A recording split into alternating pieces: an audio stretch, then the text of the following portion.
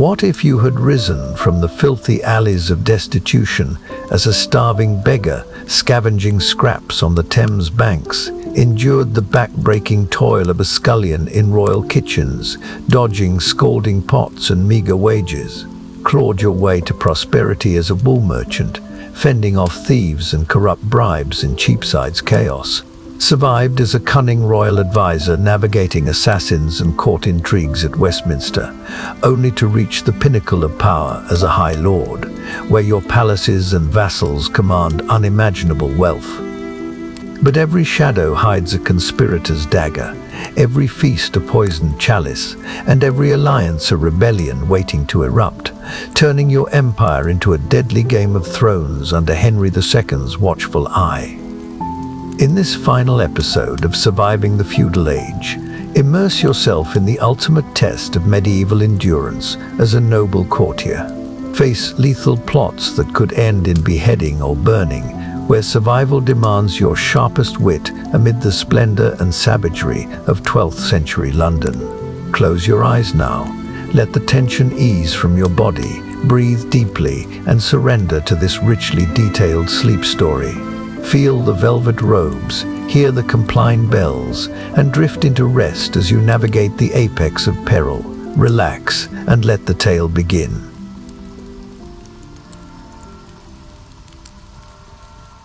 You wake up in your lavish bedchamber at Westminster Palace, the heavy brocade curtains muffling the pre-dawn gloom as the matins bells from the Abbey toll, ominously like a death knell, echoing through the stone walls. The sound jolts you from restless slumber with immediate dread of nocturnal treachery, compelling you to reach for the hidden dagger beneath your pillow, while your other hand fumbles for the overnight dispatches sealed in a locked casket beside the bed. You scrutinize each wax imprint for signs of tampering or subtle scratches that could indicate poisoned ink applied by rival spies. A lethal touch that might blister your skin or seep into your blood, dooming you to an agonizing death and allowing envious barons to claim your vast estates spanning from the Thames valleys to Norman frontiers under Henry II's indifferent rule. The air in the chamber hangs thick with the lingering scent of lavender from the embroidered sachets meant to ward off vermin and evil spirits. It mingles with the chill dampness seeping from the river outside, a sensory shroud that heightens your paranoia as you sit up on the feather-stuffed mattress draped in silk sheets imported at great cost from distant Genoa. Your heart pounds like a war drum at the thought of forged edicts slipped in during the night, decrees falsely bearing the king's signet, accusing you of treason, triggering a dawn raid by royal guards who would drag you in chains to the tower. Your body would be broken on the rack, while manors burn and families are tainted, scattered to beg in abbey shadows amid London's destitute hordes. With practiced caution, you light a beeswax candle on the ornate silver stand, its golden flame flickering to reveal the parchment seals intact. But your keen eye detects a faint irregularity on one, a hairline crack, perhaps from forced reheating, prompting you to burn it unopened over the flame. The paper curls like a heretic at the stake as acrid smoke stings your eyes, a necessary sacrifice to thwart plots that have claimed lesser nobles. Their headless corpses are displayed on London Bridge as crows peck at eyes, estates partitioned in gleeful frenzy by those who covet your gold marks and silver hoards amassed through decades of cunning maneuvering. The brutality of survival weighs upon you, not the hunger of peasants, but the ceaseless assault of shadows, where one overlooked detail invites the assassin's blade or the inquisitor's fire. Your prestige is a crown of thorns demanding eternal vigilance in this Plantagenet web of deceit. You rise, the cold marble floor shocking your bare feet like a warning, and move to the gilded mirror to assess your reflection, lines etched deeper by worry. You invoke a silent prayer to Saint Edward the Confessor for divine insight, your fingers clutching the jeweled cross around your neck as you steel for the day's onslaught, Knowing your high rank makes you the ultimate prize, enemy number one, in a court where loyalty shifts like Thames tides.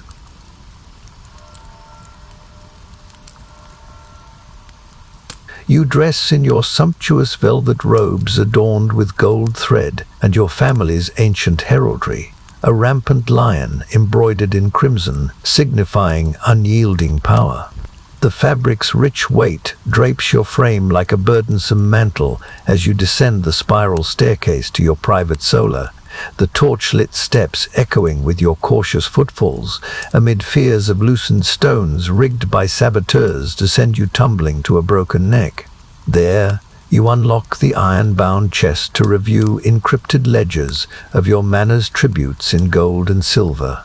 Your sharp gaze detects subtle discrepancies in the columns that hint at vassal embezzlement, an insidious drain that could undermine your feudal authority and invite royal audit, stripping you of everything in Henry II's realm of unforgiving hierarchies.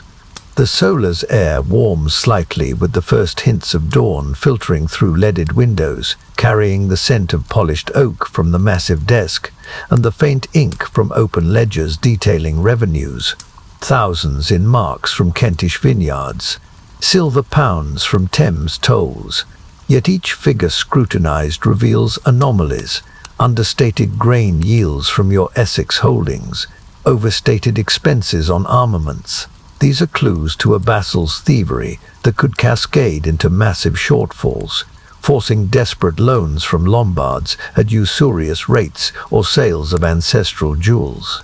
Such vulnerability invites exploitation by rivals who would forge claims, leading to civil strife where your castles are besieged, walls breached by catapults as vassals revolt, your body hanged from battlements, your family ransomed or slain, estates carved up in feudal frenzy amid the destitute scavengers at Smithfield. Paranoia coils as you trace the figures with a quill, visions of brutality vivid. Vassals turning coats for bribes, ledgers altered to frame you as the embezzler. The king summoning for accounts that end in the tower's dungeons, irons heating to brand flesh for confessions. Your high birth, no shield against the rack's stretch, where bones snap like dry twigs and wealth is forfeited in reparations that enrich the crown. Yet your cleverness asserts itself. You annotate suspicions in code, dispatching sealed orders to loyal spies for investigations that expose the culprit without alerting him. You outwit the theft with preemptive strikes, surprise audits, or planted evidence turning the vassal against his accomplices, preserving the tribute flow essential for court bribes and mercenary hires. The solar's chill seeps from stone walls, a sensory reminder of isolation at the apex where bonds fray like worn velvet. Survival demands such forensic vigilance, your intellect the ledger balancing against ruin's abyss. Muttering an invocation to St. Christopher for steadfastness, you close the chest with a thud, the day's perils mounting like unpaid debts.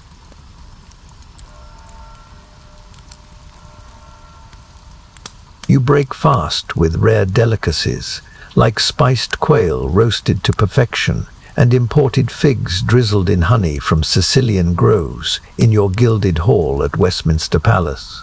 The room's massive hearth crackles with oak logs, as you subtly question your household knights seated around the polished trestle table. You probe faint court whispers of conspiracy overheard in taverns or corridors, using your honed acumen to test their loyalties and deflect emerging plots from jealous kin who might slip hemlock into your silver goblet, a silent killer that could convulse your body in agony and allow them to usurp your titles in the ruthless dynastic struggles of Henry II's court, where blood ties mask venom. The hall's air fills with the savory aroma of cloves and cinnamon, seasoning the quail, mingled with the sweet tang of figs shipped at exorbitant cost across treacherous seas. Yet each morsel is tasted warily by a dedicated food taster standing vigilant nearby. His grimace is a potential harbinger of poison, that has claimed many a noble feasts turning to funerals as foam flecks lips, bodies writhing on rush-strewn floors, while kin petition the king for inheritances. Families are tainted, scattered to beg in abbey porches amid London's starving masses. Your knights, clad in chainmail under tunics bearing your heraldry, respond with measured words. But your sharp ear detects hesitations, a knight's averted gaze when mentioning a cousin's recent visit, another's too eager denial of rumors.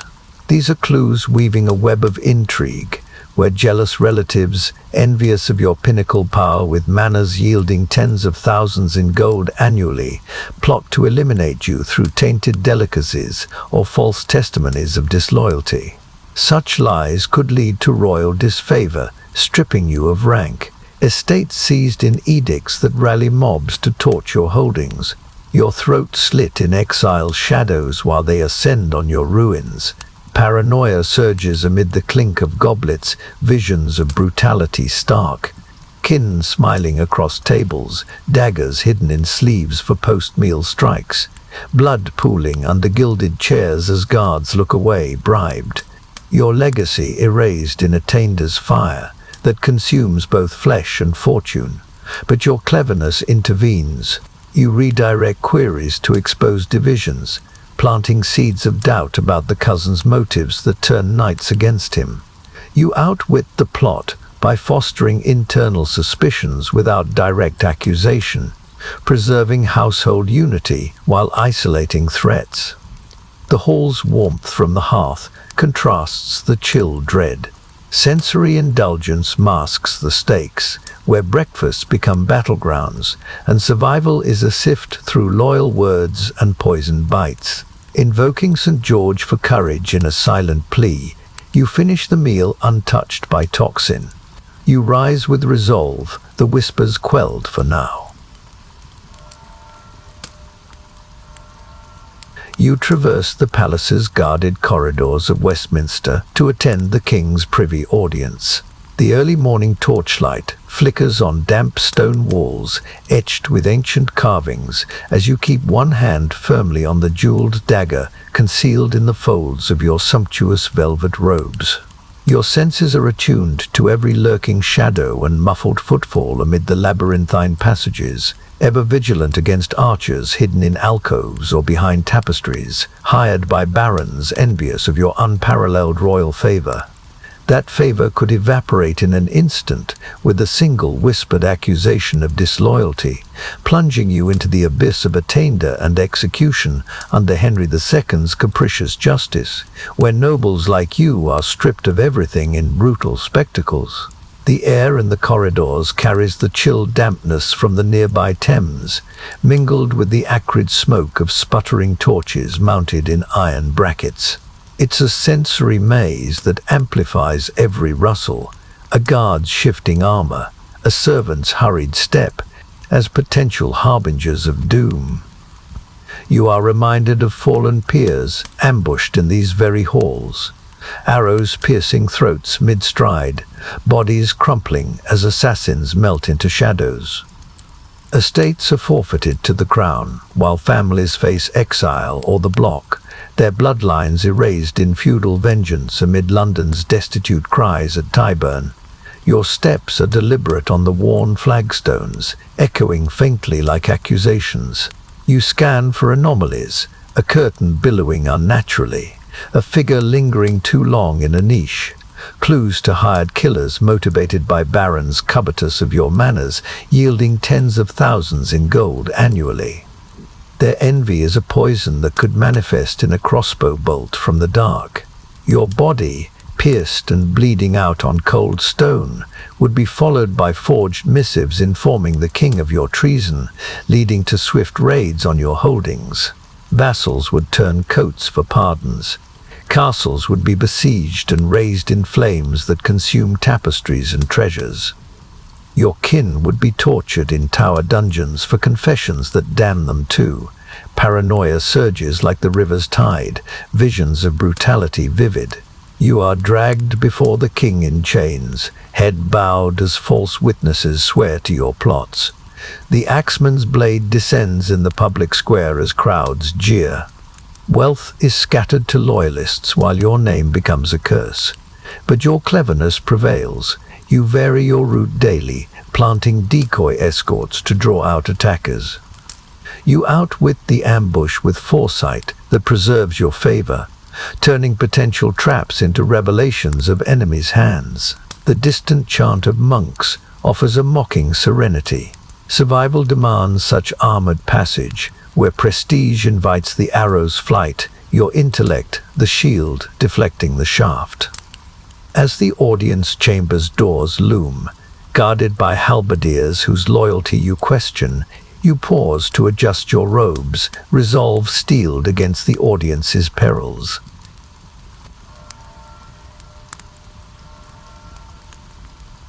You counsel Henry II on quelling rebellious vassals in the opulent throne room of Westminster Palace. The chamber's vaulted ceilings are adorned with frescoes of victorious kings as you stand before the throne on a dais carpeted in scarlet wool. You cleverly advocate military strategies that reinforce your own border manners with royal troops, while your piercing gaze spots the subtle forgeries in the presented maps, lines redrawn in mismatched ink to exaggerate threats. They were planted by enemies to incite unnecessary wars that would blame you for defeats, leading to your attainder and the brutal dismemberment of your body in public as a traitor under Henry II's wrathful edicts. The throne room's air shimmers with the scent of burning incense from golden censers and the underlying polish of oak paneling. It's a grandeur that belies the tension as the king's Plantagenet eyes bore into you, his voice booming demands for solutions to uprisings in Aquitaine. Yet your recommendations, deploying mercenaries funded by crown coffers to your frontiers, serve a dual purpose. They bolster your defenses against those same rebels who might be incited by your foes. Paranoia whispers of sabotage. Altered maps could lure royal forces into ambushes, casualties pinned on your poor advice. That would trigger investigations, unearthing planted evidence of collusion. Your arrest would be swift, guards chaining you mid-court, your body quartered on Tower Green amid cheers. Estates would be raised in flames, family attainted, wandering as outcasts hunted by loyalists amid the destitute's indifferent fates at Billingsgate. Visions of brutality assail you, summoned to explain failures, only to face the racks stretch in dank cells, bones cracking as confessions are forced. Your high birth offers no mercy against the wheel's turn, where limbs snap like branches, and wealth evaporates in reparations that enrich the crown. Rivals divide the spoils in gleeful frenzy, but your cleverness triumphs. You challenge the map's authenticity with pointed queries on cartographic sources. You cross-reference them against your memorized atlases to expose inconsistencies, shifting blame to the presenter, a rival's pawn. You propose revisions that align with verified intelligence from your spies, outwitting the frame with forensic precision that secures the king's nod and your borders. The room's assembled barons murmur, their eyes envious daggers. It's a sensory press of body heat and whispered plots where counsel is combat. Survival demands such strategic eloquence against the war's maw. Church bells toll for prime faintly, marking time's march. But you persist. Counsel concludes with bows, your authority preserved amid lingering threats.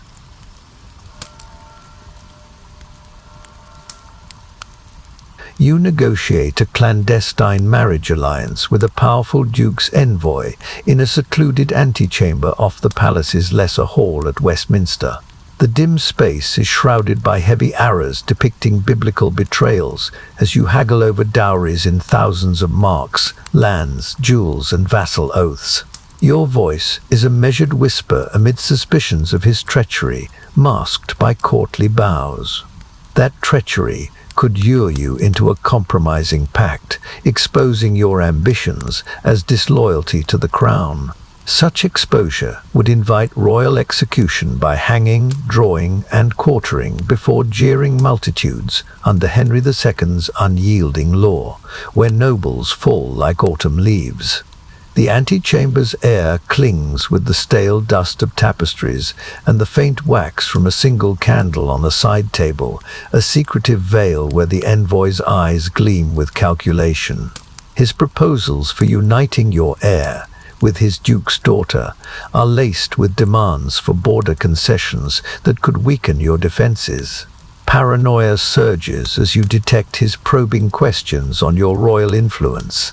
These are clues to a setup where witnesses might burst in to overhear treasonous terms.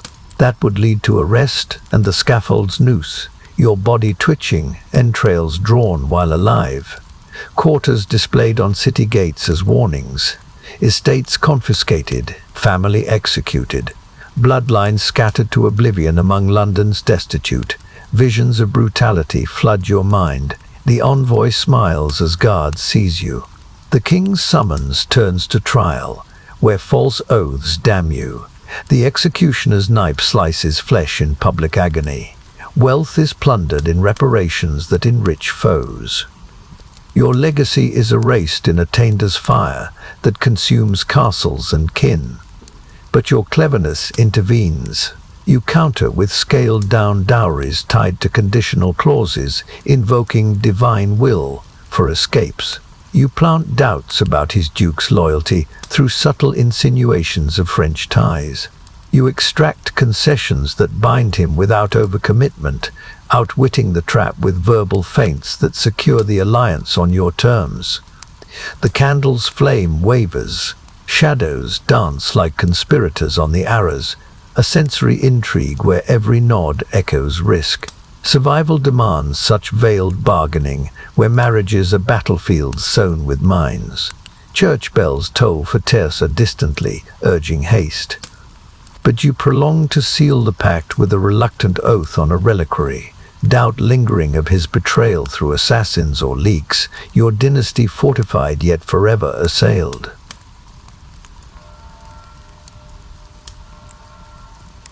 You face a scheming chamberlain extorting gifts of gold to bury malicious rumors of your alleged heresy, whispered in clerical circles. His sly form corners you in a dimly lit vestibule off the palace's chapel at Westminster as you balance the immediate financial hemorrhage, a coffer of 500 marks that could fund a manor's defenses, against the far graver peril of those accusations, igniting ecclesiastical trials before the bishop's court. There, you could be condemned as a heretic and burned at the stake in a public pyre, your vast holdings dissolved into church coffers, while your family faces excommunication and beggary in Henry II's realm of pious terror. The vestibule's air clings with the lingering incense from Mass and the chamberlain's sour breath as he leans close. His voice is a venomous hiss, detailing the fabricated tales of your pacts with demons for power, stories sown by envious kin to provoke inquisitors. Paranoia surges as you envision the brutality. You are summoned to abbey tribunals. Your body is stripped and examined for devil's marks with hot needles. Confessions are wrung through water torture, lungs burning like fire. Flames lick your flesh in Smithfield Square amid jeering mobs. Your screams vanish in crackling wood as estates are seized, manors torched in purification, and kin shunned, starving in gutters, while rivals divide your gold marks and silver hoards in gleeful sanctity. Visions assail of savagery. Nobles like you, once mighty, reduced to smouldering ashes, names cursed in sermons. Families wander attainted, wealth funneled to the church in atonement that enriches bishops amid the destitute scavengers. But your cleverness counters. You haggle down the gift with veiled threats of exposing his own simony through planted witnesses. You bind him with a partial payment laced with oaths on relics to ensure silence. You outwit the extortion with leverage that preserves your coffers without full surrender, turning the chamberlain into a reluctant ally divided against his paymasters. The vestibule's chill seeps from stone floors, a sensory warning of vulnerability where piety masks greed. Survival demands such fiscal fencing against the stake's embrace. Your intellect is the balm against heretical flames. Church bells toll for sex distantly, urging escape, but you linger to seal the pact with a cold handshake, doubt lingering of his betrayal through leaks. Your orthodoxy is secured for now in this endless inquisition of prestige.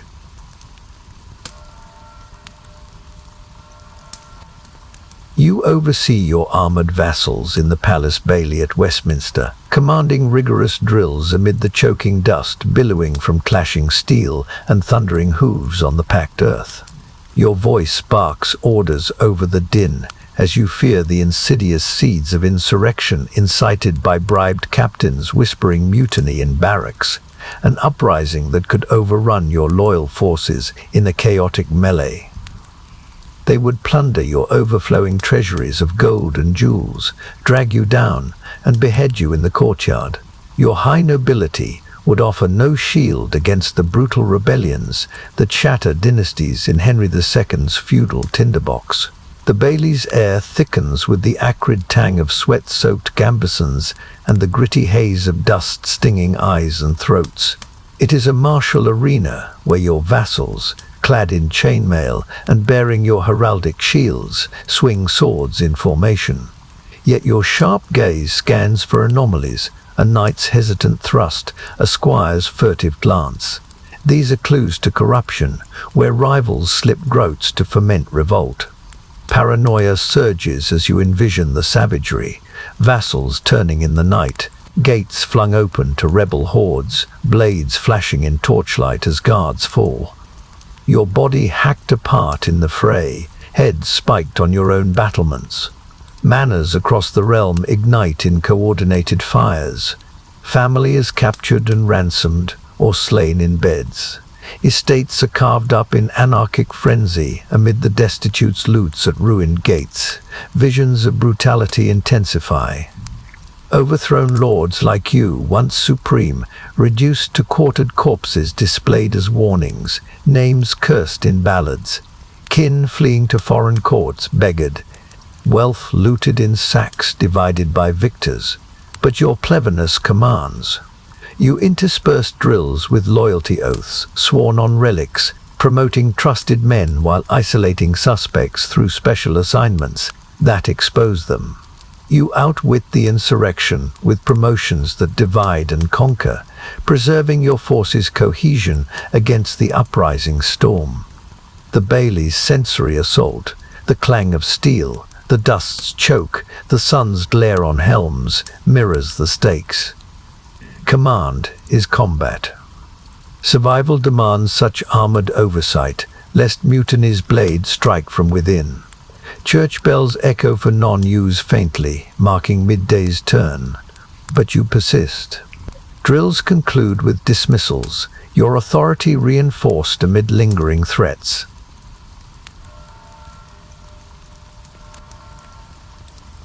You participate in a fraught Great Council assembly in the Grand Hall of Westminster Palace. The vaulted space thrums with the murmurs of assembled earls and bishops seated on benches draped in crimson. You forge uneasy pacts with wary nobles through sidelong whispers and coded gestures, aiming to thwart a cunning rival's bid for your coveted offices, like the chancellorship.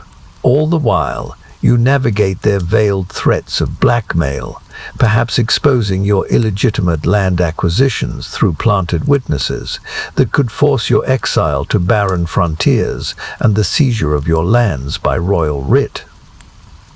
A beggar's death in obscurity awaits amid the savage power shifts of Henry II's court, where alliances fracture like brittle ice. The hall's air hangs heavy with the scent of beeswax from chandeliers and the underlying sweat of ambition. It is a theatre of tension, where banners of lions and eagles flutter faintly.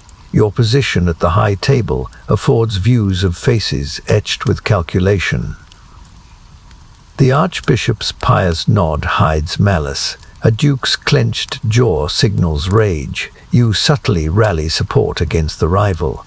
His eyes dart like serpents, hinting at dossiers of forged letters, accusing you of embezzlement. These schemes could incite the king's decree of banishment.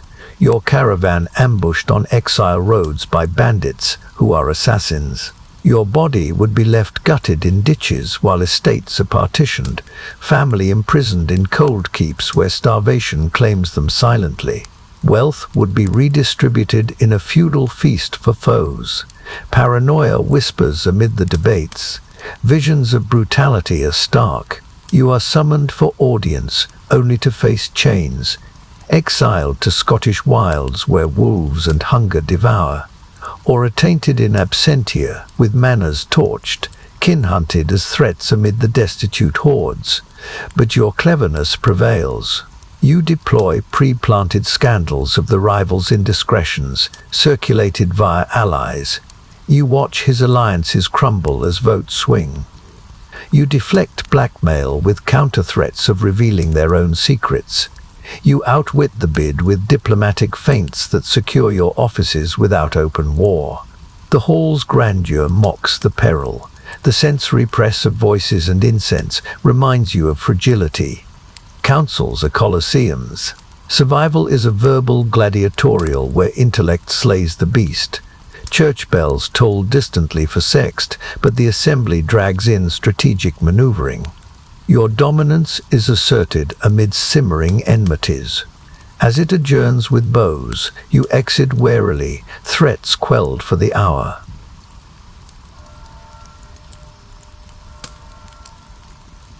You snatch a hurried midday meal of roasted swan in a fortified solar within your Westminster Palace apartments. The room's heavy oak doors are barred, and windows shuttered against prying eyes as you eavesdrop on your retainers' murmured conversations from behind a tapestry screen. Their voices carry whispers of poisoning plots orchestrated by a disloyal chambermaid in league with rival barons. You use your unparalleled insight to identify the traitors through their hesitant tones and coded phrases, all to prevent the toxin that could convulse your body in fatal spasms before your heirs can secure the dynasty. Yet in a brutal twist, as you step out to confront them, one retainer draws a concealed dagger in desperation. He slashes across your arm in a frantic assassination attempt that leaves you bleeding profusely on the flagstone floor. The warm crimson pools around you as pain sears like fire through your veins. You barely manage to shout for guards, who burst in to subdue the attacker and summon a leech in time to staunch the wound with crude stitches and herbal poultices. Your vision blurs from blood loss as you cling to consciousness, vowing revenge in Henry II's court, where such scars become badges of survived savagery. The solar's air thickens with the metallic tang of your own blood, mingling with the savory aroma of the uneaten swan. Its golden skin cools on the silver platter like a mocking feast. The sensory assault amplifies the throbbing agony in your arm, wrapped hastily in linen bandages soaked red. You are reminded of past attempts that scarred peers for life, their limbs mangled in failed killings that left them hobbled and paranoid. Estates left vulnerable to seizure while they recovered in fevered delirium. Families exposed to further attacks, amid the destitute's indifferent world outside palace gates. Your heart races as the leech applies a stinging salve of yarrow and honey, muttering prayers to St. Luke for healing.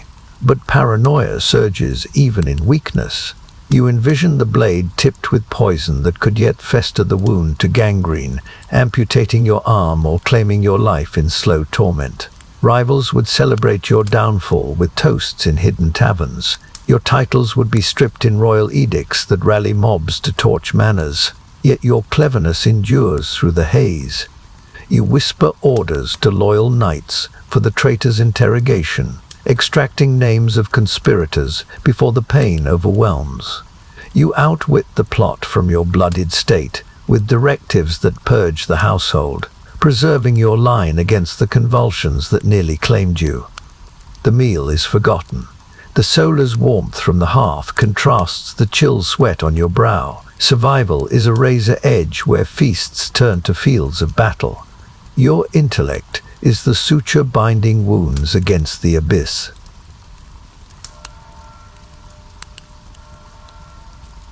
You arrange a usurious loan from Italian bankers via a discreet messenger to Lombard Street.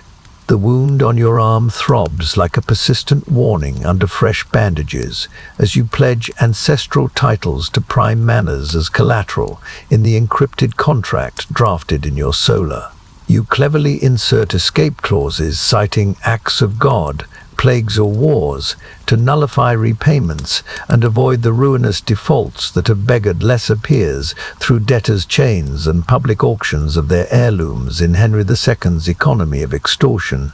All of it is to fund urgent fortifications on your manors against the emboldened rivals who orchestrated the assassination attempt that nearly bled you dry. The solar's air still carries the faint metallic residue of your blood from the earlier chaos, mingled with the sharp ink from the quill scratching terms on vellum. It is a painful reminder as you dictate to a trusted scribe, your injured arm slung in a silk scarf to minimize movement. Paranoia whispers of the banker's potential collusion with your enemies to overextend you, leading to foreclosures where bailiffs seize castles in the night. Your family would be evicted to freeze in roadside ditches amid the destitute hordes, your body flogged in pillories for evasion, wealth evaporated in legal fees that enrich the pious yet predatory lenders. Your vision swims slightly from the leech's opiate draught meant to dull the pain, but your cleverness sharpens. You haggle via the messenger for capped interest at 15% on 5,000 marks, embedding provisions for asset reclamation through royal favor you've cultivated. You outwit the usury with precedents from canon law that limit Christian debt, preserving your holdings against the chains that have shackled nobles to beggary. Their titles are sold for farthings in markets like Cheapside. Visions of brutality assail you. Defaulting peers are dragged to debtors' prisons, irons branding skin in damp cells where starvation gnaws. Families are scattered as servants in hostile courts. Your own wound becomes a harbinger. If funds falter for defenses, rivals will storm weakened manors with fire and sword. But your intellect prevails. The loan is secured on terms that hedge ruin, turning debt into a weapon for reinforcement. The solar's hearth crackles faintly, shadows lengthening like chains. It's a sensory haze where pain and prudence blend. Survival demands such fiscal gambles amid the bloodied day's toll. Church bells toll for nons distantly. But you seal the contract with your signet. The wax's heat is a minor sting against your arm's fire. Your resolve remains unbowed.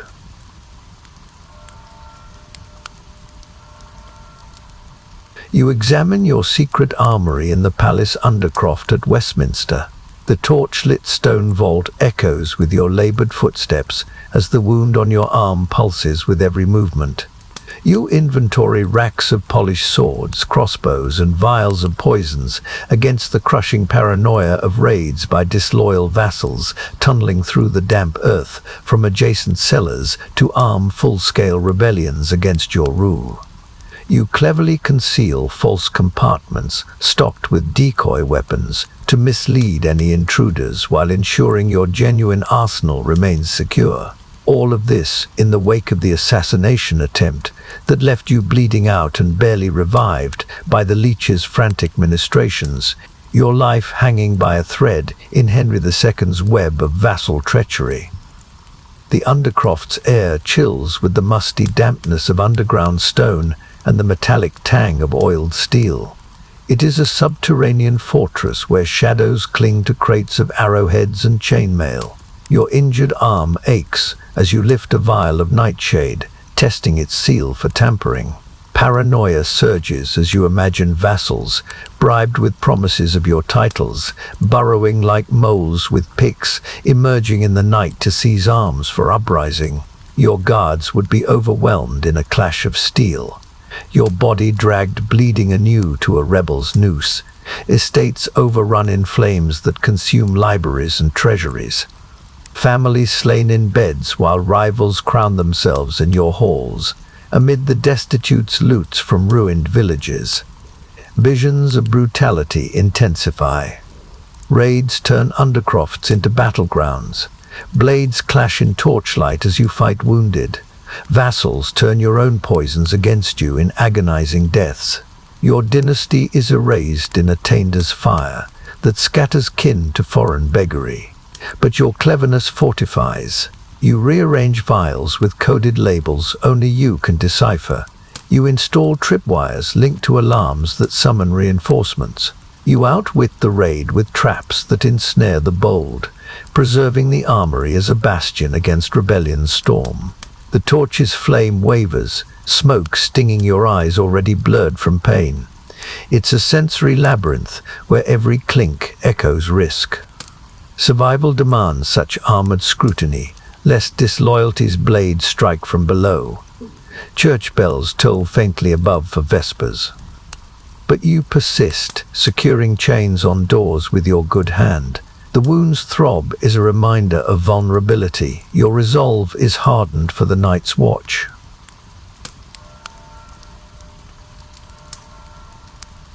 You dispute a vassal's claim on your ancestral fief, a fertile demesne yielding thousands in annual tithes in the King's Justice Hall at Westminster Palace. The cavernous room's stone pillars tower like judgmental sentinels as you stand before the royal bench draped in crimson cloth. You expose the subtle forgeries in his presented charters, mismatched seals and inconsistent script that scream deceit, using your unparalleled legal prowess drawn from years of studying ancient rolls in abbey libraries.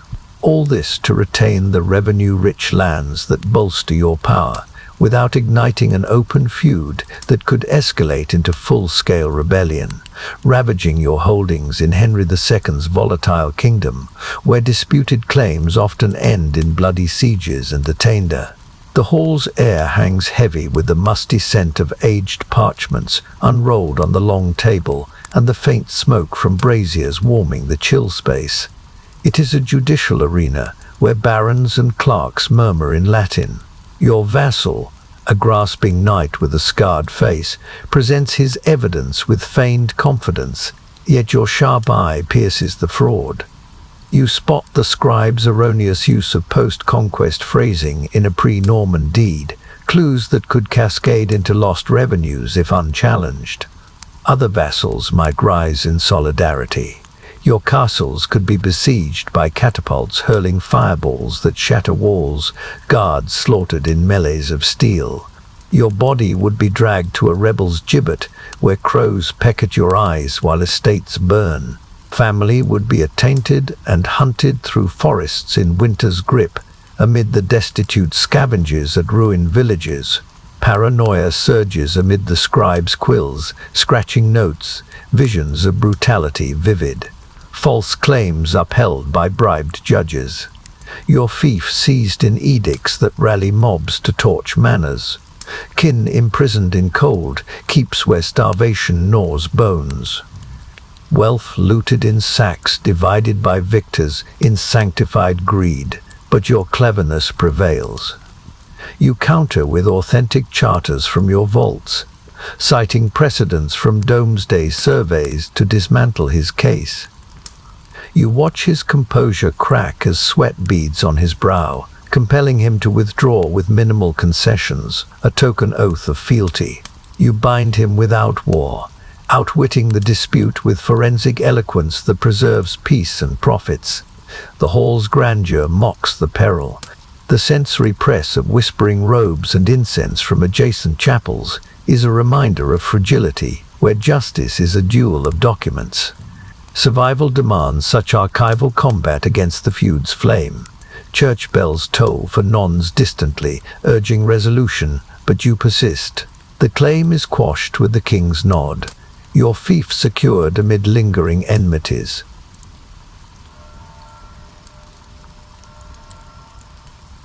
You neutralize a slanderous charge of adultery from a vengeful court lady in the royal presence chamber at Westminster Palace.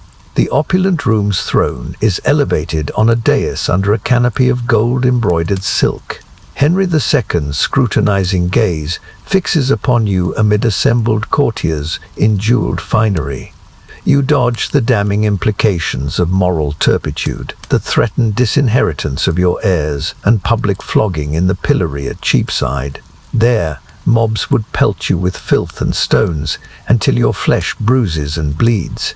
Your noble blood would offer no shield against the humiliation that could shatter your dynasty in Henry II's court of scandalous whispers. The chamber's air shimmers with the heady scent of perfumes masking body odors, and the faint wax from chandeliers overhead.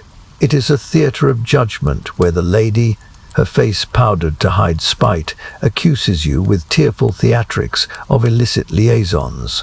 Her words are poison, designed to incite the king's Puritan streaks. Paranoia surges as you envision the brutality, stripped of titles in royal decree, heirs bastardized and begging at abbey doors, your body lashed in public square amid jeers, whips cracking skin to ribbons while blood flows. Estates seized in moral cleansing that enriches the crown. Family shunned as pariahs, wandering destitute roads, hunted by moral vigilantes amid London's starving throngs. Visions of savagery intensify.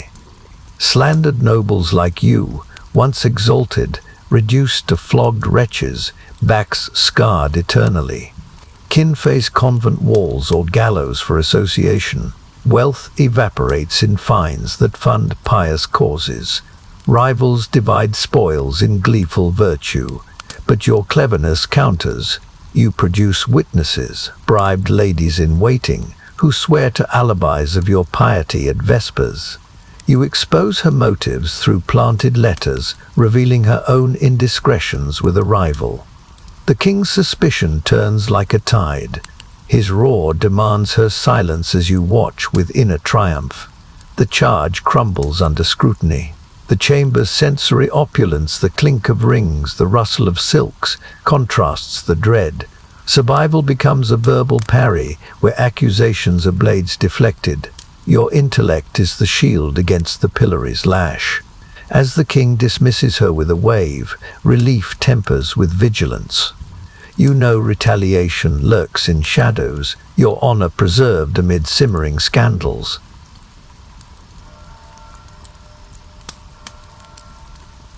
You pray intensely at Westminster Abbey during nones. The abbey's soaring Gothic arches resonate with the monks' Gregorian chants as you kneel before the shrine of St. Edward the Confessor. The air is thick with frankincense curling from silver thuribles and the flickering light of votive candles casting ethereal glows on the saint's gilded reliquary.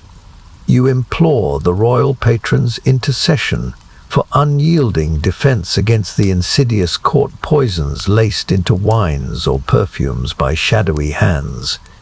Poisons that could twist your innards in fatal torment and dissolve your dynasty in accusations of divine disfavor. The prior approaches with solemn grace to demand lavish endowments, a new altar of marble, or a chalice encrusted with gems that strain your coffers already bled by vassal tributes. But you cleverly tie the pledges to auspicious visions, granting ecclesiastical silence on your dynastic maneuvers like secret betrothals. You navigate the spiritual extortion in Henry II's era, where faith wields swords as sharp as steel. The abbey's sanctity envelops you in rhythmic Latin hymns. The cool stone floor bites through your velvet hose. It is a holy refuge where candle flames dance like fragile hopes. Your fervent supplications plead for armor against vials of arsenic hidden in goblets at banquets, perils that have claimed nobles in silent agonies. Bodies convulse in private while foes claim God's judgment. Estates are seized in pious raids that torch libraries in purification. Kin are excommunicated and wander as heretics, hunted by inquisitors amid the destitute scavengers in churchyards. Paranoia whispers amid the chants. Visions of brutality are stark. You are summoned to last rites, only to choke on tainted communion. Mobs incited by pulpit rants storm manors. Family is burned at stakes in righteous flames that consume flesh and fortune. Wealth is funneled to the church in atonement that enriches abbots.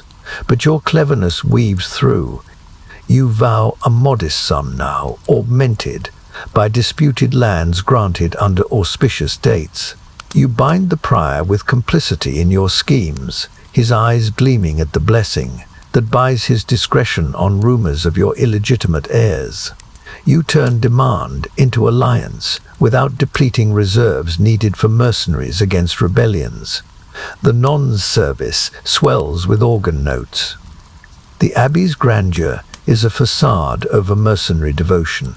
Survival demands such sacred bargaining, where endowments are daggers parried.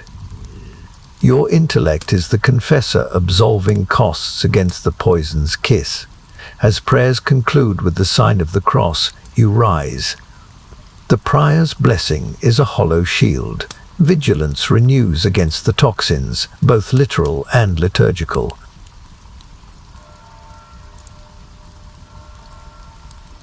You confer with your seneschal on soaring defense costs for your far-flung manors in the stewardship chamber of your Westminster Palace wing.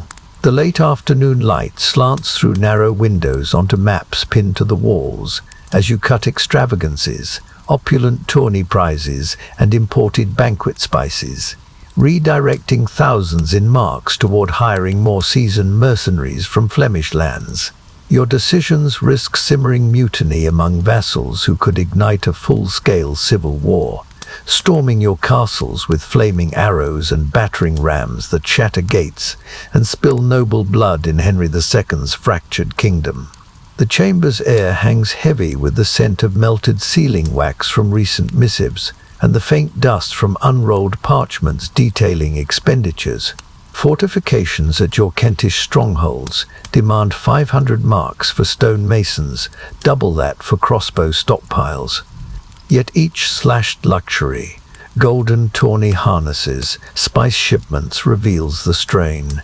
Your seneschal, a stoic figure in livery bearing your heraldry, warns of grumblings in the great halls where vassals decry the austerity.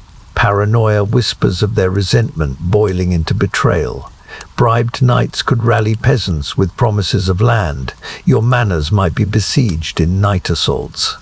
Walls would crumble under siege engines. Guards' throats slit in sleep. Rebels loot armories. Your body captured and ransomed, or beheaded in public squares amid cheers. Family attainted. Fleeing to foreign courts, beggared amid the destitute scavengers, visions of brutality assail you. Civil wars ravage realms. Nobles like you are dragged from thrones to gallows. Estates are torched in retaliatory fires that consume harvests and heirlooms. Bloodlines are erased in a tainder's noose that hangs kin from battlements while blood soaks sacred soil. But your cleverness balances the ledger. You weave incentives like minor fief grants for loyal service, turning potential mutineers into informants who expose plots. You outwit the uprising with divided loyalties that preserve your command without total impoverishment. Survival becomes a fiscal tightrope, where extravagance invites invasion's blade.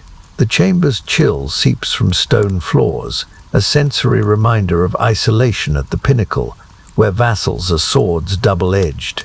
Your intellect becomes the counterweight against war's abyss. Church bells toll for nons distantly, urging prudence, but you persist. Budgets are finalized that fortify without fracturing. Your domain is shielded for now amid lingering threats. As discussion concludes, you dismiss him with a nod, mind shifting to diplomatic shadows.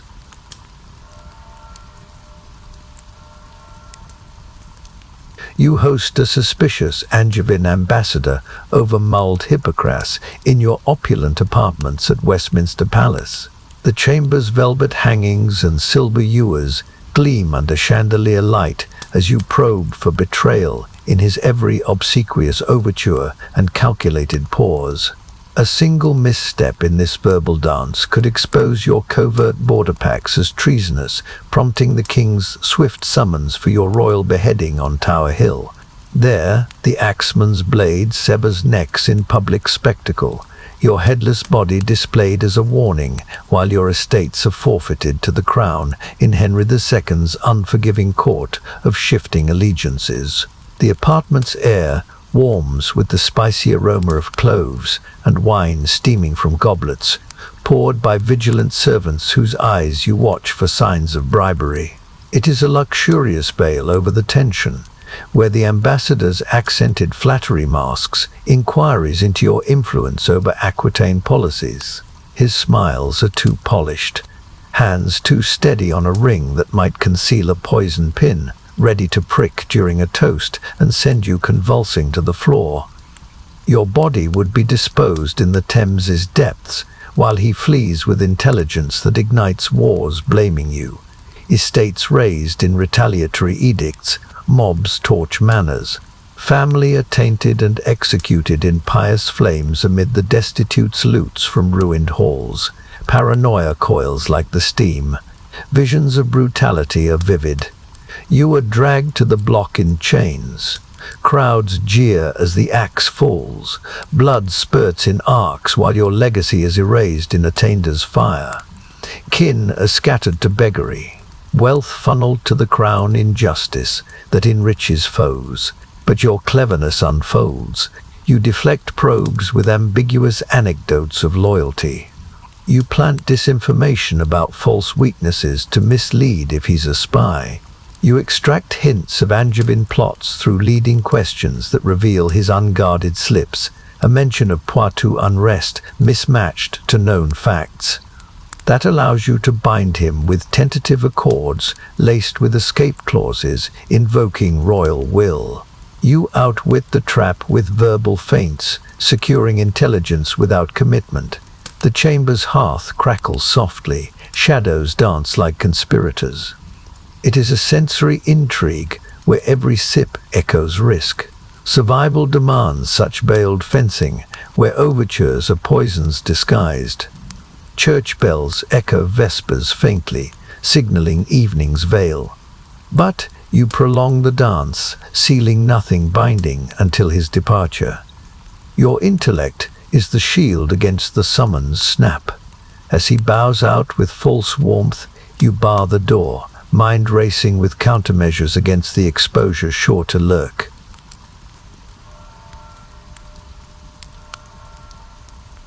You scrutinize battle reports from your border lords by lantern light in your secure war room at Westminster Palace.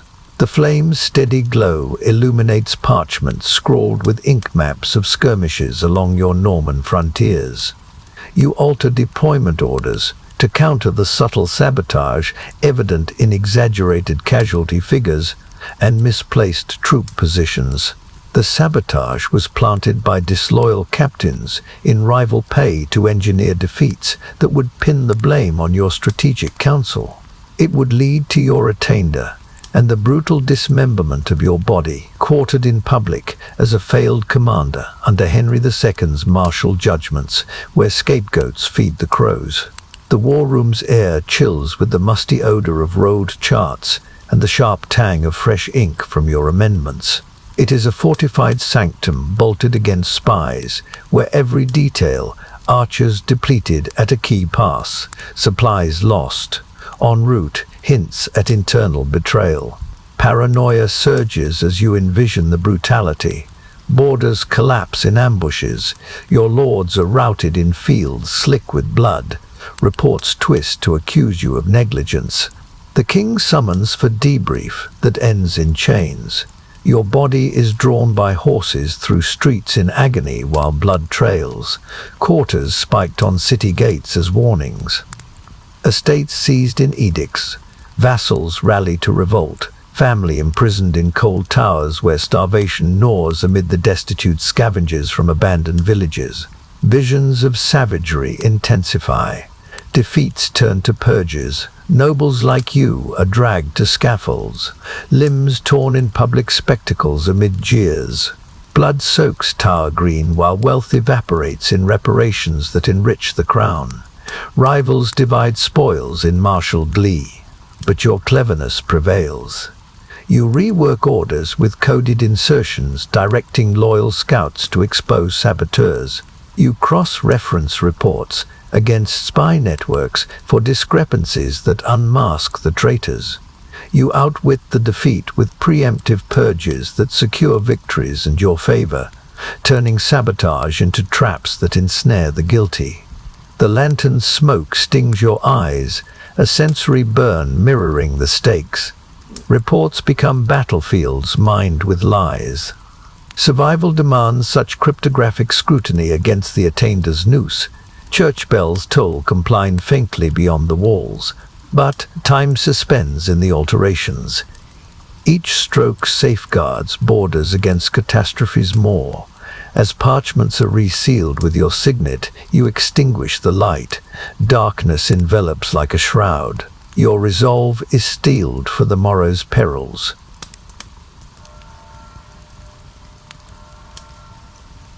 You patrol the palace grounds incognito at Westminster. The twilight haze settles over manicured lawns and sculpted hedges as you don a simple cloak and false beard to blend among wandering servants and guards.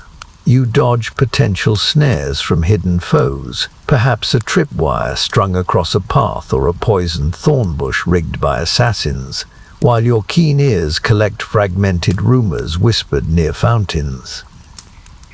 Plots emerge to frame you for regicide through planted evidence, like a bloodied dagger in your solar bearing the king's seal. Such a deception could summon royal wrath and end with your beheading on Tower Hill in Henry II's court, where false accusations fell nobles like autumn leaves. The ground's air cools with night's approach, carrying the sweet bloom of roses mingled with the earthy damp of freshly turned soil. It is a deceptive garden where birdsong fades into suspicious rustles, a branch snapping underfoot, a shadow shifting behind statuary. These are clues to ambushes, where rivals hire cutthroats to garrote you mid-stride and dump your body in the Thames to bloat unrecognizably. Estates would be seized in edicts, mobs would torch your manners. Family would be attainted and hunted through woods in winter's grip, scavenging among the destitute at ruined gates. Your steps are silent on gravel paths. Paranoia surges like the river's current. Visions assault you, dragged to court in chains. Evidence unveiled in dramatic flourishes, the king's fury decreeing your neck stretched on the block.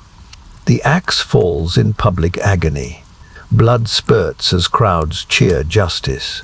Wealth is funneled to the crown in loyalty that enriches foes. Why?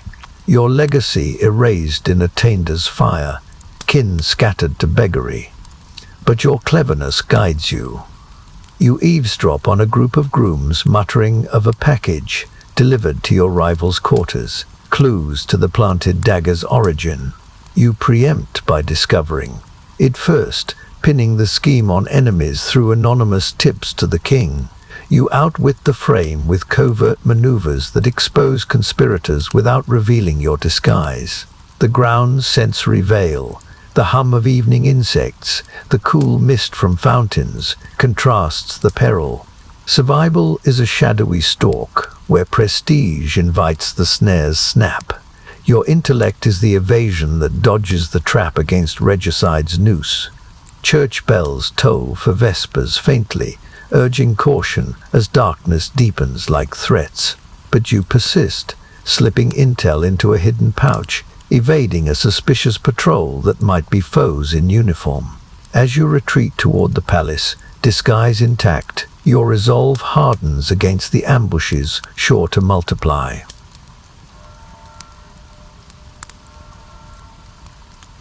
You interrogate a rebellious vassal, caught fomenting uprising in the dimly lit interrogation chamber beneath Westminster Palace. The stone walls drip with condensation as you extract oaths of renewed fealty through psychological pressure, veiled threats of attainder, promises of clemency, without resorting to the excessive cruelty of hot irons or the rack. Such brutality could spark backlash from his kin, spiraling into widespread revolt across your manors. Vassals might rise in solidarity, besiege your strongholds, and claim your head in Henry II's era of fractured loyalties. The chamber's air chills with the musty damp of underground vaults and the faint metallic tang of chains. The vassal, a burly knight with defiant eyes, is bound to a wooden stool. His stammered denials echo off the walls as you circle him, voice low and probing about intercepted missives rallying tenants against your taxes. Leaks could ignite civil war. Paranoia whispers of the brutality. Vassals storm your halls with pitchforks and torches. Guards are overwhelmed in bloodied melees. Your body hangs from your own battlements as rebels jeer. Estates are raised in flames that consume harvests and heirlooms. Blood soaks sacred soil.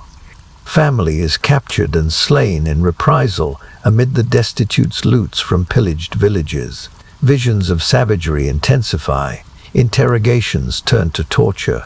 Backlash breeds larger uprisings. Your manors fall one by one. You flee, wounded, to foreign exile, where starvation gnaws in obscurity. Wealth is looted in sacks, divided by victors in anarchic glee. But your cleverness prevails. You deploy feigned evidence of his allies' betrayals to break his resolve.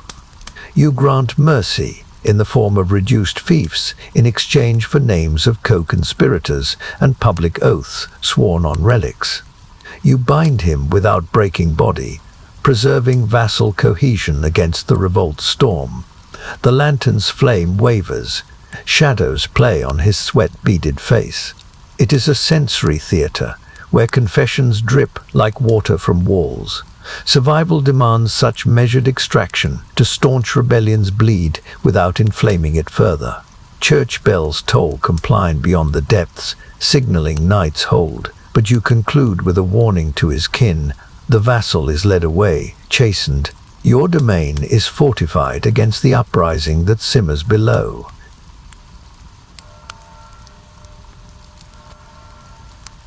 You attend a tense banquet at the Queen's quarters in Westminster Palace.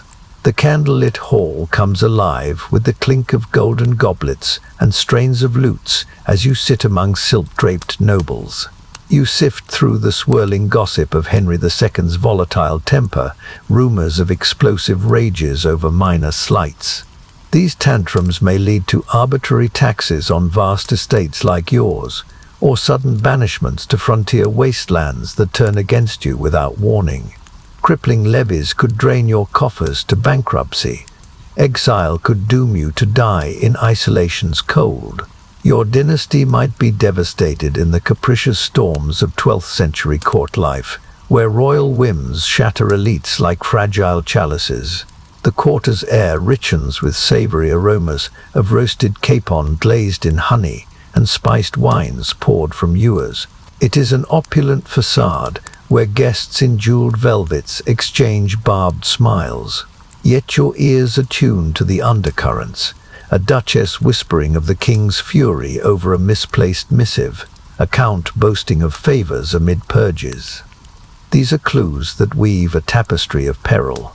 Paranoia whispers of plots designed to inflame Henry's suspicions against you. Forged letters of insolence could trigger edicts that seize your manors. Taxes at tenfold rates might bankrupt you overnight.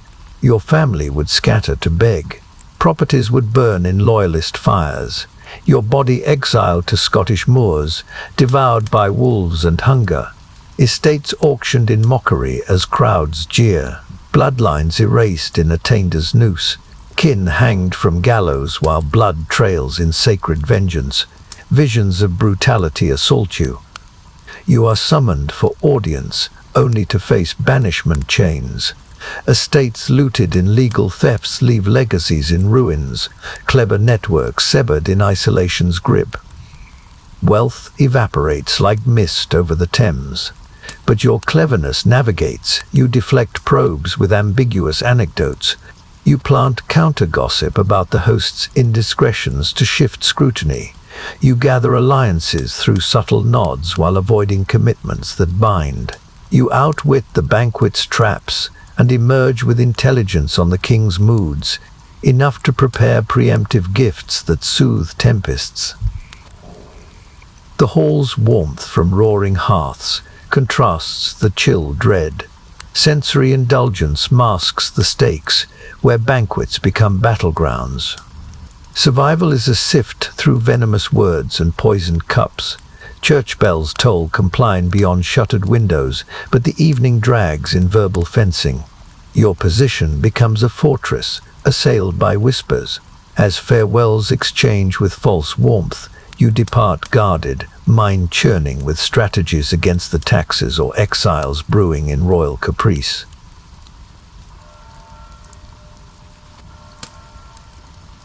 You evaluate risks of sponsoring a risky pilgrimage. Venture to the Holy Land in your private study at Westminster Palace. The evening firelight dances on parchment maps of Jerusalem's routes and lists of potential companions as you balance the allure of acquiring holy relics, like fragments of the true cross, for prestige that could elevate your court standing against the mortal dangers of betrayal. Opportunistic fellow pilgrims have stranded and beggared nobles abroad, leaving them to perish in Saracen prisons or return penniless, their estates seized in absentia under Henry II's opportunistic edicts.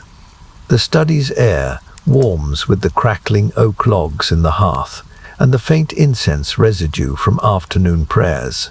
It is a contemplative space where shadows play across the inked paths from Dover to Constantinople. Your fingers trace the perilous seas and bandit-haunted roads. Paranoia surges as you tally the costs, thousands in marks for armed escorts and indulgences against visions of treachery. Companions like greedy knights might turn on you mid-journey, poisoning your wine in a roadside inn or abandoning you to infidel raiders in Anatolia. Your body could be chained in Damascus dungeons, where torture with whips and irons extracts ransoms that bankrupt your coffers. Manners might fall to vassal revolts in your absence. Family could be attainted and scattered to beg in abbey shadows amid London's destitute hordes. Brutality haunts like desert winds. Pilgrims like you, once exalted, are reduced to emaciated captives flogged in bazaars. Bones break under scimitars as crowds jeer. Estates are auctioned in royal courts for debts. Kin are executed as heretics for failed rescues. Wealth is looted in sacks divided by survivors, who return heroes upon your ruins. But your cleverness weighs options. You draft selective invites for trusted allies with shared hostages. You embed escape clauses in contracts for divine signs to withdraw funding. You outwit betrayal with contingencies, alternate routes, spy embeds, turning pilgrimage into a calculated quest where relic's glory hedges against the sand's devouring maw. The fire's embers glow like distant stars. Sensory comfort masks the stakes, where sponsorship is a gamble with souls. Survival demands such pious prudence against the exile's chain. Church bells toll compline distantly, urging reflection.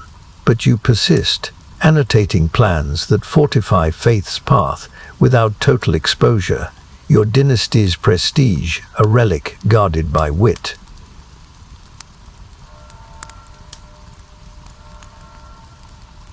You bolster your bedchamber defences for the encroaching nightfall in your lavish quarters at Westminster Palace. The twilight deepens through barred casements as you test triple locks on the oak doors, reinforced with iron bands. You release alert hounds from their kennels to patrol the antechamber, your pulse racing like a cornered stag at chilling stories recounted by your captain. Nocturnal intruders have slipped through hidden passages to poison wells or slit throats in silken beds, claiming legacies from the unwary rich through silent murders that leave no heirs, only bloodied sheets in Henry II's lawless court, where security is but a fragile illusion. The quarter's air cools with dusk's breath, carrying the faint bark of hounds mingled with the sharp resin of pitch on freshly mounted torches. Flames crackle to life, casting jittery shadows on tapestried walls, depicting ancestral triumphs, ironic against real perils. Your hands secure the final latch with a resounding click. Paranoia evokes brutality. Intruders scale ivy-clad walls with grapples. Guards are drugged at their posts. Daggers plunge into your chest mid-sleep. Blood soaks the feather mattress while hounds lie poisoned from tainted meat. Your body is discovered at matins by horrified servants. Estates are petitioned by kin forged in rivals' plots. Family is captured and ransomed or slain in reprisal. Manors are overrun in coordinated assaults that torch libraries and treasuries amid the destitute's loots from palace outskirts. Visions of savagery intensify. Wells laced with arsenic cause family convulsions in agony. Intruders burst through doors to garrote the unwary. Bodies dangle from chandeliers as warnings. Wealth is plundered in sacks dragged to waiting barges, while rivals crown themselves in your halls. But your cleverness fortifies. You deploy decoy beds with false sleepers. Tripwires are linked to alarms that summon reinforcements. You rotate hound handlers to foil bribes.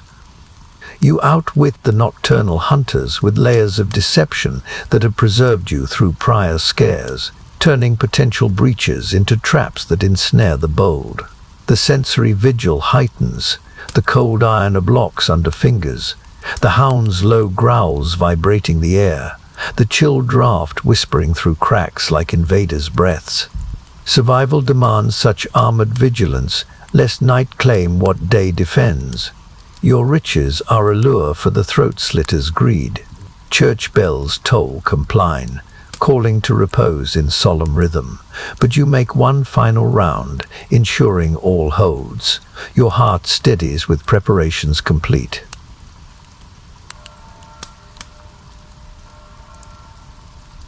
You sup lightly with kin pheasant, roasted with herbs and marchpane molded into heraldic shapes in the fortified family solar at Westminster Palace.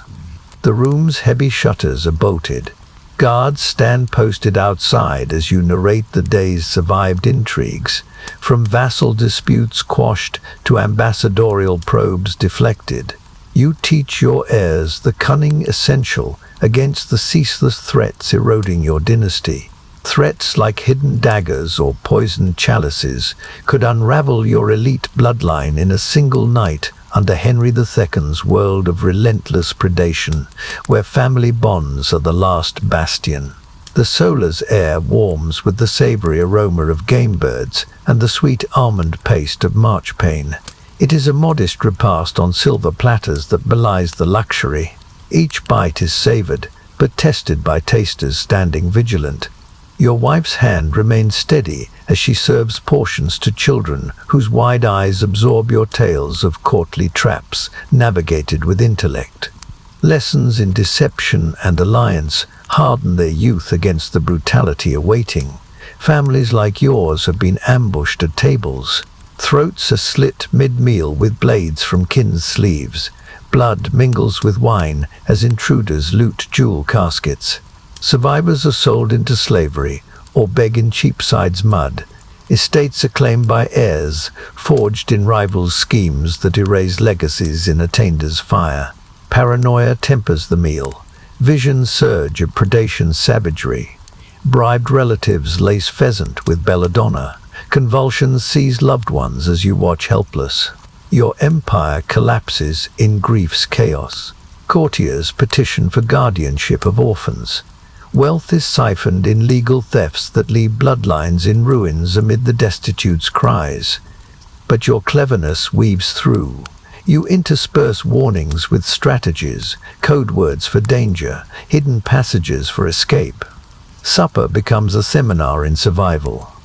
You outwit future threats by arming them with your acumen, preserving the dynasty against shadows that envy your gold marks and silver hoards. The hearth crackles softly. Shadows dance on tapestries of heroic deeds, ironic against real perils. Sensory comfort masks the stakes, where suppers become sieges. Survival is a narrative forged in caution. Church bells fade into night. The meal concludes with cleared platters. You rise to oversee final locks, vigilance instilled in their young minds.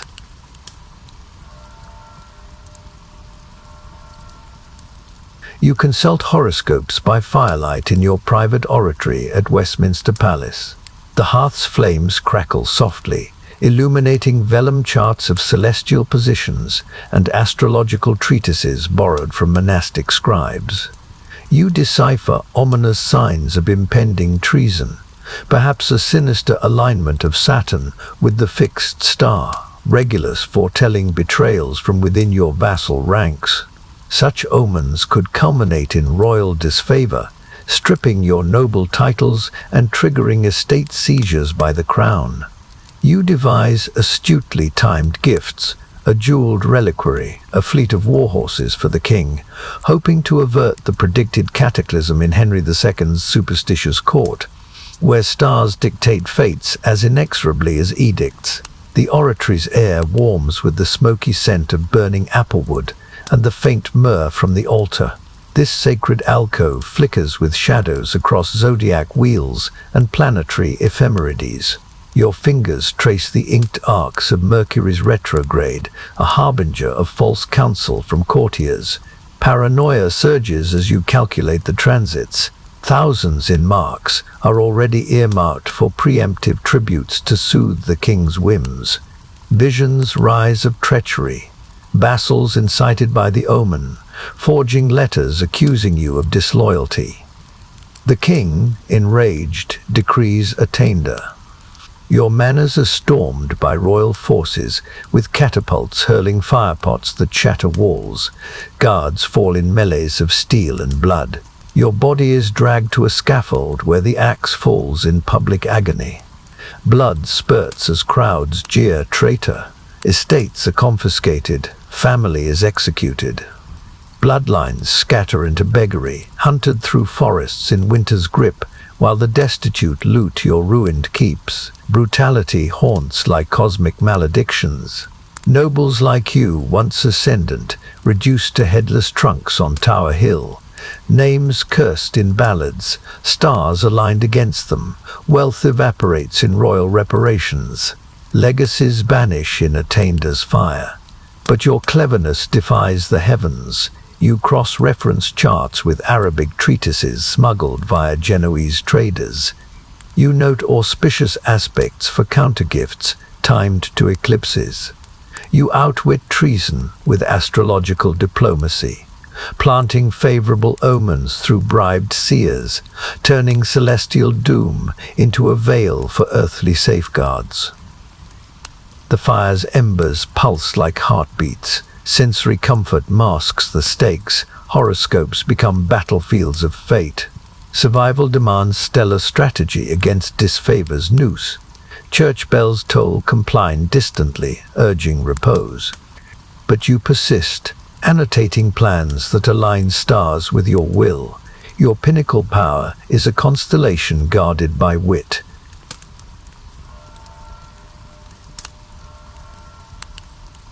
You tour your residence's perimeters in the deepening dusk at Westminster Palace. The lantern in your hand casts wavering beams on high stone walls and iron-grated gates as you verify every safeguard, from moat chains to arrow slits, haunted by waking nightmares of blazes sparked by stray embers or deliberate assaults by rebel vassals with scaling ladders and grapples. Sieges could annihilate your opulence in roaring infernos or clashing steel, leaving your dynasty reduced to ashes in Henry II's turbulent realm, where vigilance is the only true fortress. The perimeter's air cools with night's embrace. The brackish whisper of the Thames mingles with the sharp pitch of torch sconces as their flames sputter to life. You test the massive portcullis with a creak of chains.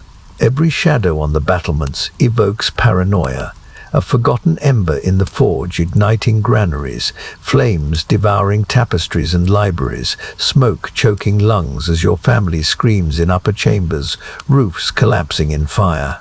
Your body burned beyond recognition.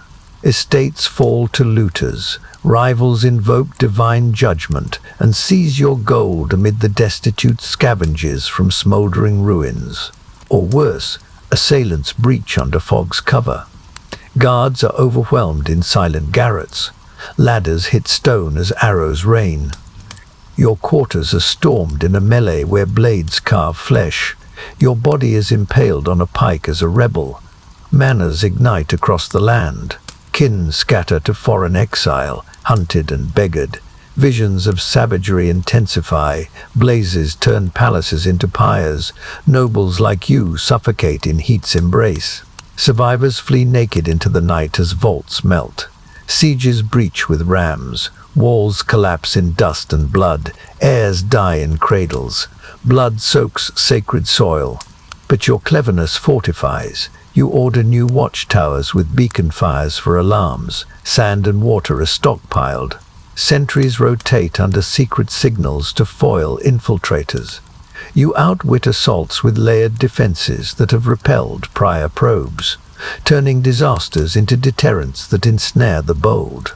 The sensory patrol sharpens. The cold iron of gates under fingers, distant hound bays vibrating the air, chill wind whispering through cracks like invaders' breaths.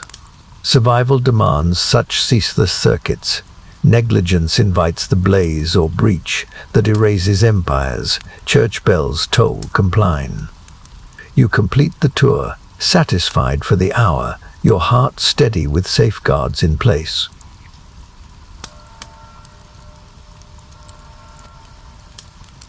You prostrate in vespers to the Virgin Mary in your chapel, adjoining the bedchamber at Westminster Palace. The small sanctum's altar glows with beeswax candles as you kneel before the painted icon of the Madonna with Child. You beg her celestial shield from the courtiers, sharpened daggers concealed in embroidered sleeves, and the subtle lies woven into flattering discourse by those envious of your pinnacle power, lies that could brand you a traitor and summon the king's executioners to draw and quarter your body under Henry II's court of serpentine intrigues, where divine mercy is the final refuge of the mighty. The chapel's air envelops you in the incense of frankincense rising from a brass thurible. Wax melts softly from vigil lights. This holy enclave is silent but alive. The icon's serene eyes seem to follow your prostration on the embroidered cushion. Your whispered rosary litanies are a rhythmic plea for intercession. The stone floor bites through your velvet hose. Paranoia creeps alongside prayer. Daggers plunge in shadowed corridors. Blood blooms on fine robes as assassins flee into night. Your body is discovered at matins by horrified priests. Estates are petitioned by loyalists, forged in rival plots. Family is attainted and burned at stakes in righteous flames that consume both flesh and fortune, while the destitute loot churchyards for scraps. Visions swell of savagery.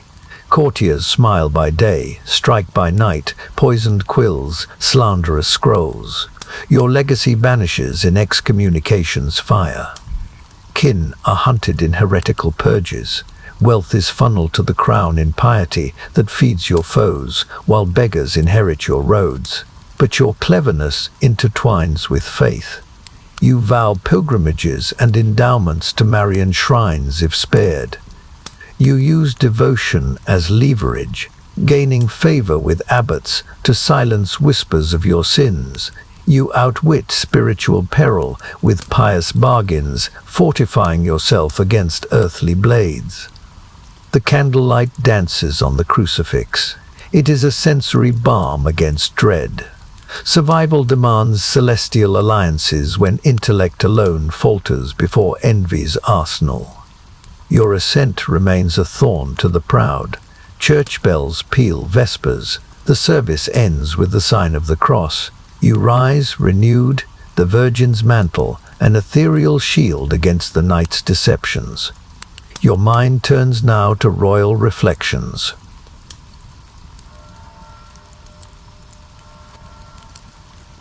You ponder the fragile royal ties that sustain your exalted position in the quiet introspection of your study at Westminster Palace. A single candle sputters on the desk as you calculate the toll of sycophancy. Lavish gifts like a fleet of Andalusian warhorses worth thousands of marks, or endless flatteries at state banquets that drain your silver reserves, yet remain essential to curry Henry II's favor amid the court's shifting sands.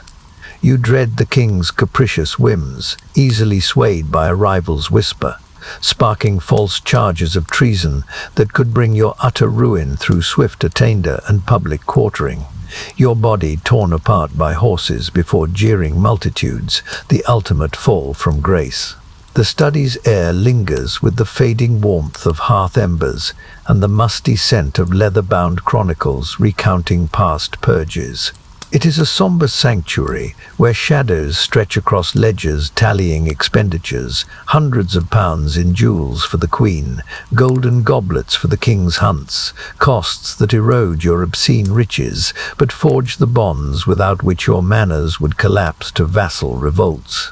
Paranoia whispers of brutality, a sudden royal frown at council, guards bursting through doors at dawn, your body dragged to the tower for trial, hot irons searing flesh for confessions never spoken, entrails drawn while still alive, quarters spiked on city gates, estates razed in flame, libraries and heirlooms turned to ash. Your family are tainted and scattered to exile, hunted through foreign alleys amid the destitute scavengers from ruined halls. Visions intensify. Nobles like you, once intimate with the throne, reduced to quartered corpses on Tower Hill, names erased in edicts, bloodlines ended at the noose. Wealth funneled to the crown in loyalty, that fattens your foes in gleeful frenzy. But your cleverness plots countermeasures. You strategize subtler tributes, discovered, relics gifted through intermediaries to ingratiate without ostentation, outwitting royal whim with layers of indirection that preserve dignity and coffers. You turn flattery into an art, intellect bending the knee without breaking, the candle gutters low, wax pooling like blood, a sensory omen of depletion. Church bells toll compline in distant solemnity, but you persist, annotating ledgers with contingencies for royal moods. Survival is a delicate obeisance. Your pinnacle power hangs by favor's fraying thread, intellect the loom weaving against the nooses tightening. As your ponderings deepen, the study's chill seeps in. Resolve hardens for tomorrow's audience. The ties, for now, remain a chain loosened by wit.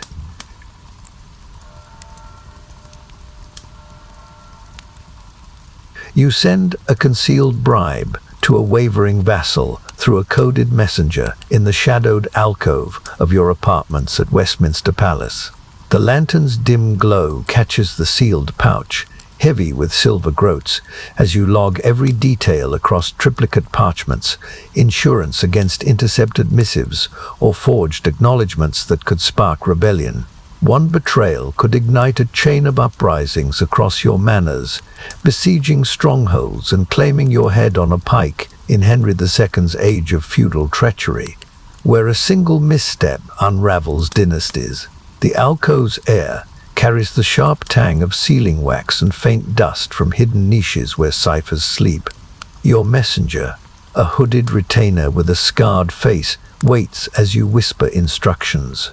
His breath is ragged from the hazardous ride ahead, roads thick with bandits and worse. Paranoia sharpens. You envision the brutality, the pouch intercepted by rival thugs, its contents twisted into proof of corruption. The vassal rallies tenants with cries of tyranny. Gates are breached in night assaults, guards butchered, your body strung from a gibbet as crows circle above jeering mobs. Estates torched, libraries lost, your family captured, ransomed, or slain outright. Visions compound, messengers gutted in ditches, bribes misread as coercion. The king demanding accounts that end in attainder noose. Wealth gone in fines, beggaring you overnight. Rivals dividing spoils with drunken glee. But your cleverness prevails. You encode the letter with personal runes known only to the vassal. You prepare decoy pouches stuffed with false coin to bait would-be thieves. Witnesses, loyal knights, sign records to counter any fraud. You outmaneuver betrayal with layers of misdirection, guarding the loyalty that anchors your dominion. The lantern's flame flickers. Shadows dance across the messenger's face. Every pressed seal hisses like a warning. Survival demands such veiled transactions, where bribes serve as balms against rebellion's blade. Church bells echo, complying beyond the walls. You finish with a whispered oath and dispatch him into the night. Your mind churns with contingencies. You know what lurks if this trust fails.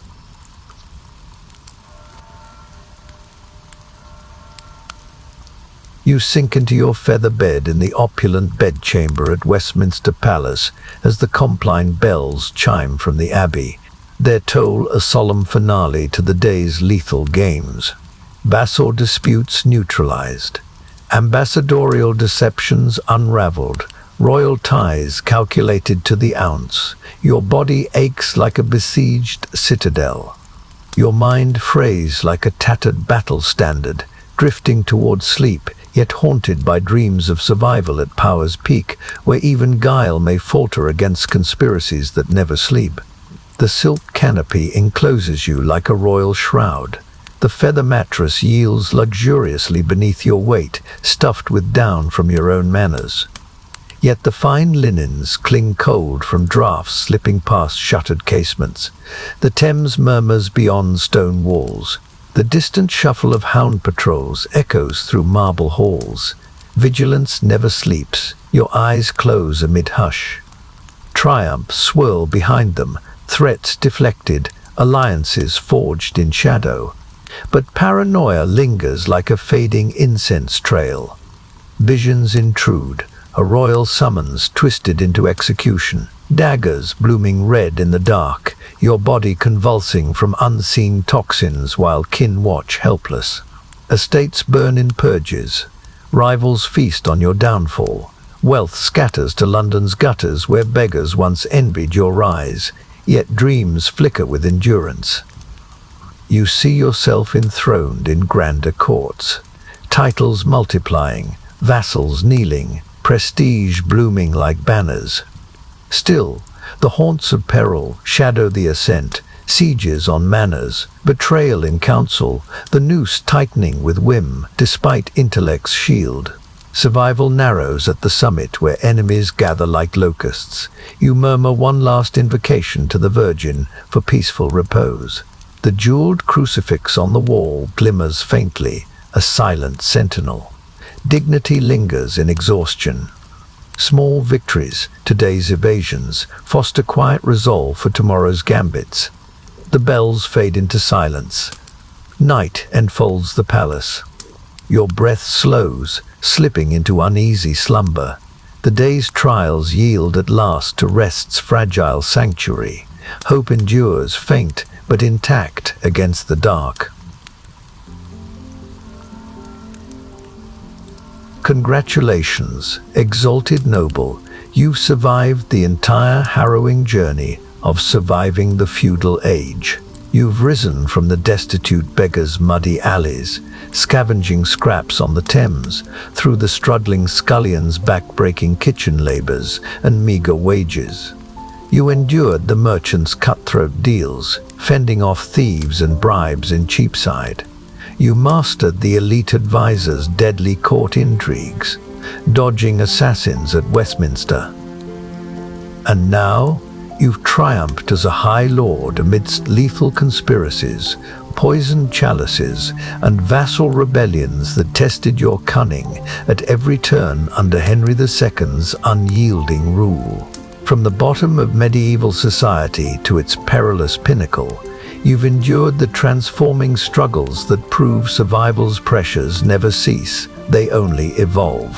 Thank you for joining this immersive series.